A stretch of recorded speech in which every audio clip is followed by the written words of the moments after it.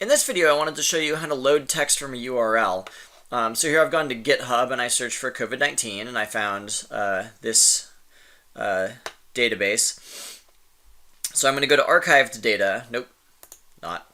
I'm going to go to the data and I'm going to look at the time series data. And I'm going to look at confirmed US. And so here we've got a CSV file which is being displayed right here. I don't want to use this URL because this URL up here is actually the URL for this entire website. I want a URL that connects directly to the data, so I'm going to hit the raw button. And so here's the data I want. Ordinarily, you could do something like save this to a file on your file system and then open the file and use it. But Python has like a really nice library for loading things from URLs directly, so I'm just going to copy this URL and show you how it works. Here I am back in VS Code. So yours may have looked like this, and you can click here to open the Explorer. I'm going to add a new file, which I will call URL example.py. And I'm going to create a URL where I'm going to paste the URL that I just made.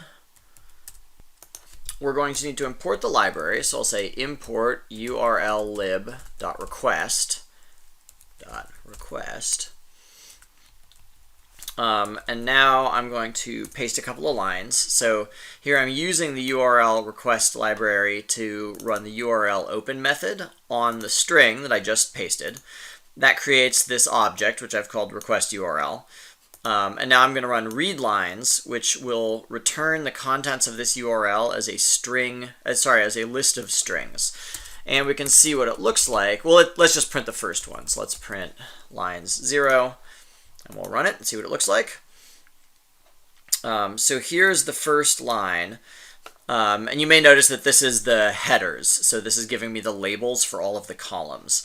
So I see that I've got a state, and I've got a country, and I've got a latitude and a longitude, and then a whole bunch of dates. And so it's going to give me the number of confirmed cases for each of those dates. So let's actually take a look at a couple others. This is a terrible way to explore this data, by the way. Python provides much better tools simply for parsing CSV files, but there's an even better library for exploring data, and we'll get to that. But I just wanted to practice this part for now, and we'll come back to it. Oops, what's happening? So let's print maybe line 4, just to see what some of the data looks like here. So here you can sort of see examples. So we've got Puerto Rico is in the US, and we've got 0 cases for a long time, and then we've got kind of growth ramping up. Come back in the next video and we'll put both of these things together. So we'll use our basic plotting skills to try and plot some of this data from a couple of different rows in the table.